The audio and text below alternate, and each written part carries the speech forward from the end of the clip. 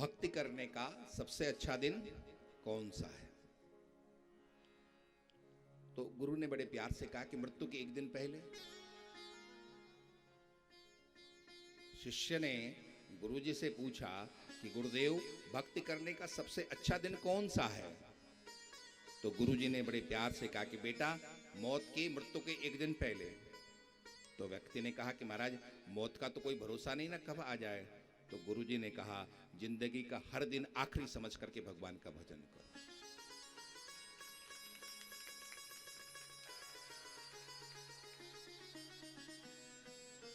कलिकाल कुठार लिए फिरता तन नम्र है चोट झली न झली, भजले हरि नाम अरी रसना कल प्रात को जाने। सुखदेव जी कहते हैं, परीक्षित, तस्मात् भारत सर्वात्मा भगवान ईश्वरो हरिः श्रोतव्यः कीर्तितव्यश्च स्मृतचेतता भयम। जीवन में अभय चाहते हो, जीवन में कल्याण चाहते हो, तो आपको सुनना पड़ेगा, कीर्तन करना पड़ेगा, स्मरण करना पड़ेगा। आपको करना ही पड़ेगा। मनुष्य के लिए 3 काम है, श्रवण करो, कीर्तन करो और स्मरण करो। ये आप जो यहां पर कर रहे हो, ये श्रवण है, क्योंकि बिना श्रवण के पता नहीं चलता है। जब आप सुनते हो तब किसी व्यक्ति के विषय में, किसी जगह के विषय में, किसी विषय के विषय में, तब आपको पता चलता है।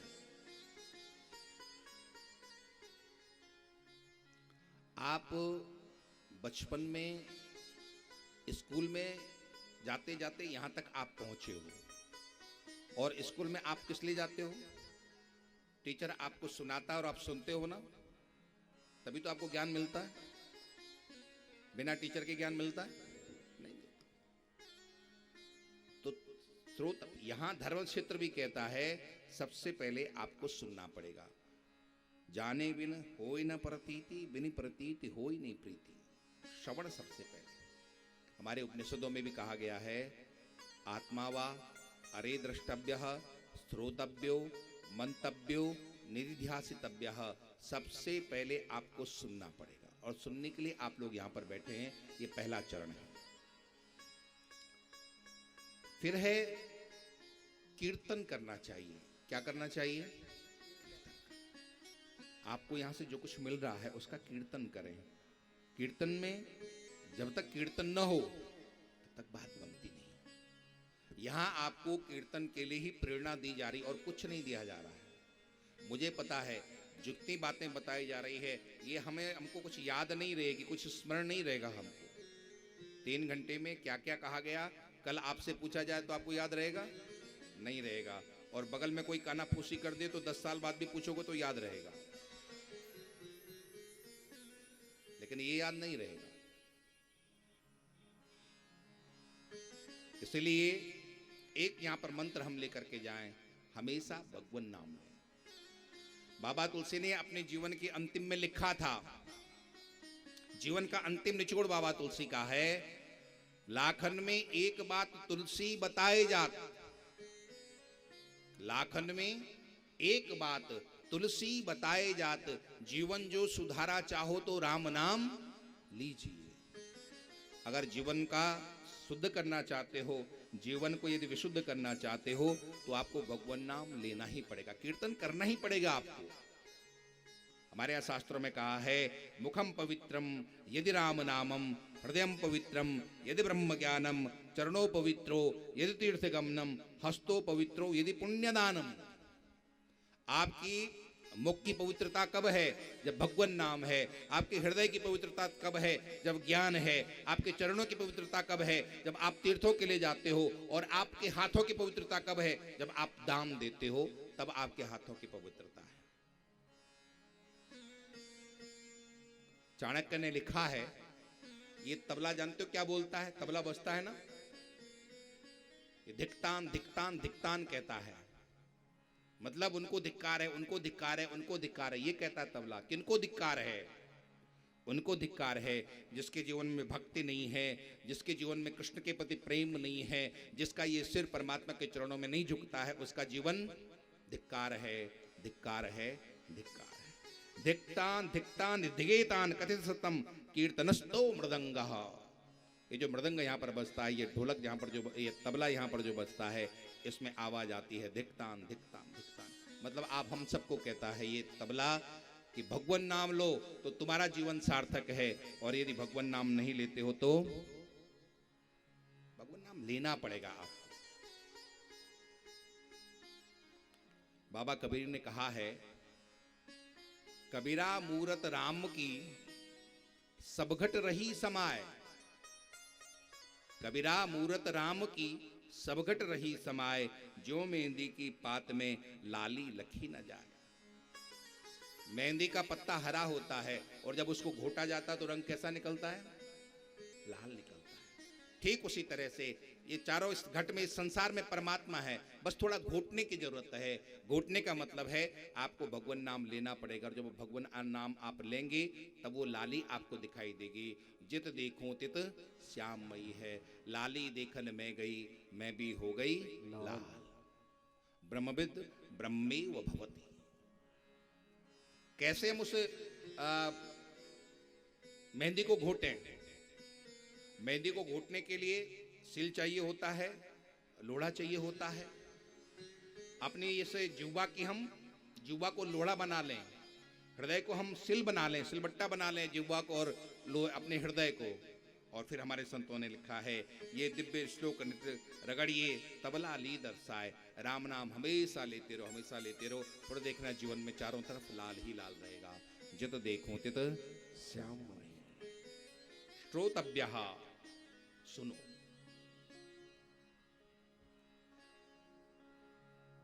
फिर दूसरा है कीर्तन करो, भगवान नाम लो।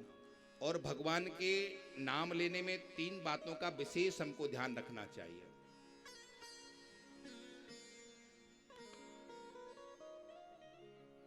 पहला है, जब आप भगवान का नाम लो तो भगवान के साथ में एक संबंध दृढ़ कर लो। वृंदावन में आप देखो, मैं तो वृंदावन रहता हूं, वृंदावन में बहुत से भक्त अपने को भक्त मानते हैं और कृष्ण को अपना ठाकुर मानते हैं। बहुत से ऐसे भी वहां पर माताएं हैं, अपने को मां मानती हैं, कृष्ण को अपना पुत्र मानती हैं। बहुत से ऐसे भी भक्त हैं, कृष्ण को अपना सखा मानते हैं, अपना भाई मानते हैं। और बहुत से वहां गोपी भाव वाले भक्त हैं जो कृष्ण को अपना पति मानते हैं। परमात्मा से कोई भी अपना संबंध बना करके फिर आप भजन करो, अपना संबंध दृढ़ करोगे तो फिर देखना भगवान आपके कैसे बन जाते हैं। जैसे आप अपनी पुत्री का विवाह करते हो तो उसको समझा करके भेजते हो कि बेटा अब तुम्हारा ससुराल ही तुम्हारा घर है, और वो पुत्री उस ससुराल से फिर जुड़ जाती है, उसका वो ससुराल ही उसका घर हो जाता है। माँ बाप, जन्म देने वाले माँ बाप छूट जाते हैं, जिस घर में पढ़ी लिखी बड़ी हुई वो घर छूट जाता है, और उसका अपना घर कौन सा हो जाता है? अरे कुछ तो बोलो, कौन सा हो जाता है? ससुराल उसका अपना हो जाता है ना। वो ससुराल जहाँ किसी से कोई कभी परिचय नहीं था, जहाँ कभी वो गई नहीं थी, और माता पिता ने विवाह कर दिया और जीवन भर के लिए उसका वो अपना। ठीक उसी तरह से हम भी भगवान से एक संबंध रखें। कन्या पिता के घर में होती है तो पिता का गोत्र चलता है, और जो ही पति के घर में गई तो कौन से? पति का गोत्र वहां प्रारंभ हो जाता है। हम भी परमात्मा के बने, परमात्मा के गोत्र से गोत्रित हों, और उसके बाद फिर देखें जीवन का आनंद।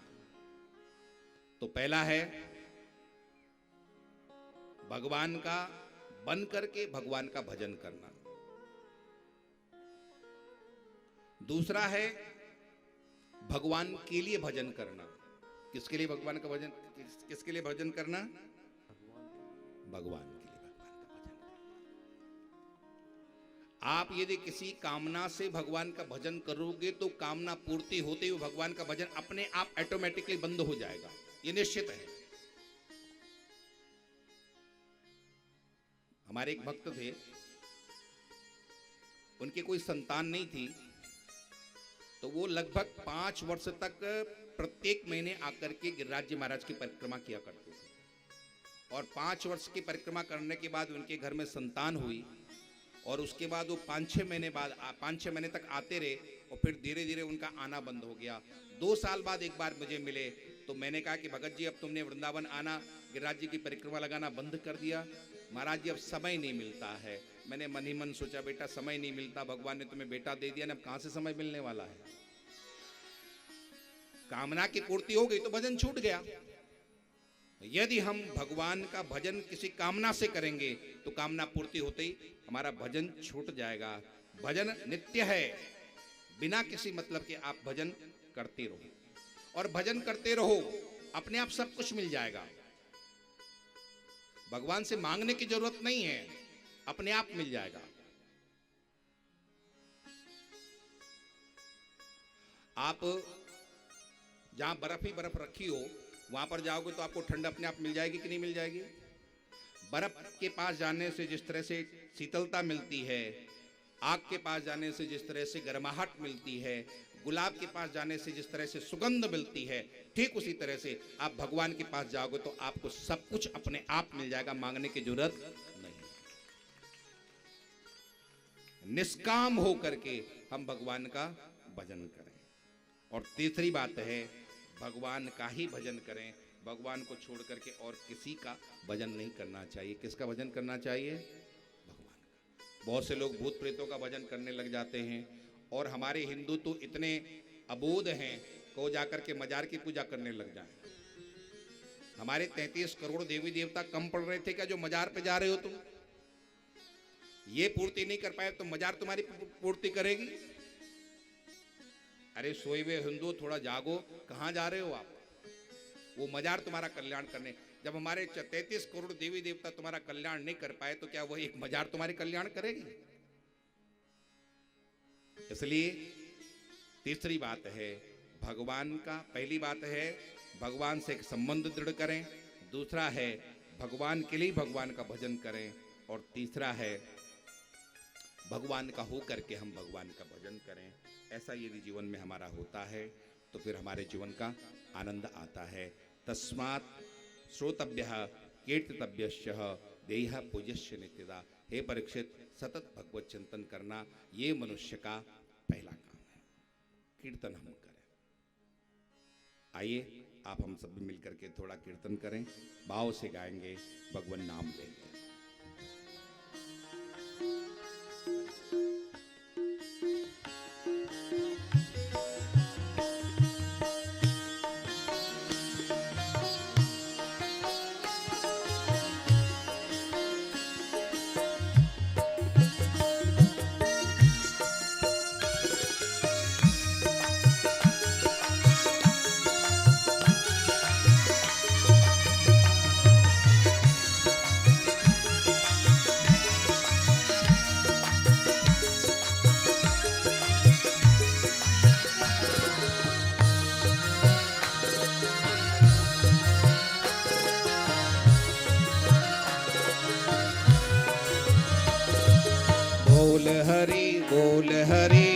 हरि हरि बोल, केशव माधव गोविंद बोल।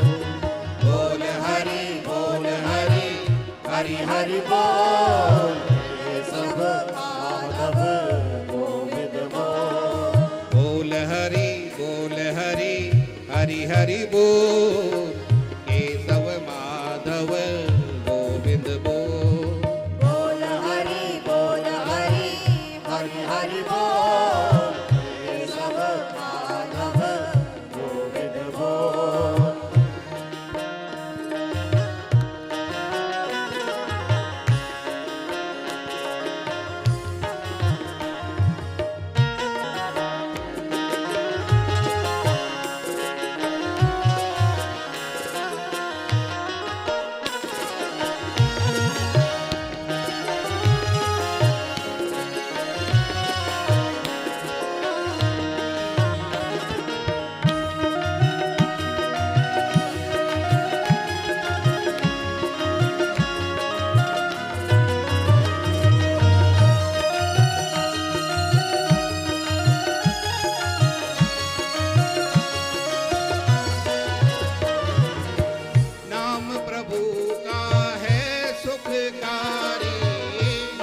प्रभु का है सुखकारी, पाप कटेंगे क्षण में भारी।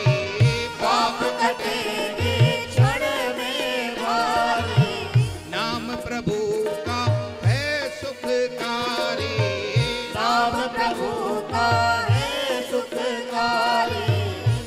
कटेंगे क्षण में भारी, पाप कटेंगे क्षण में भारी, नाम का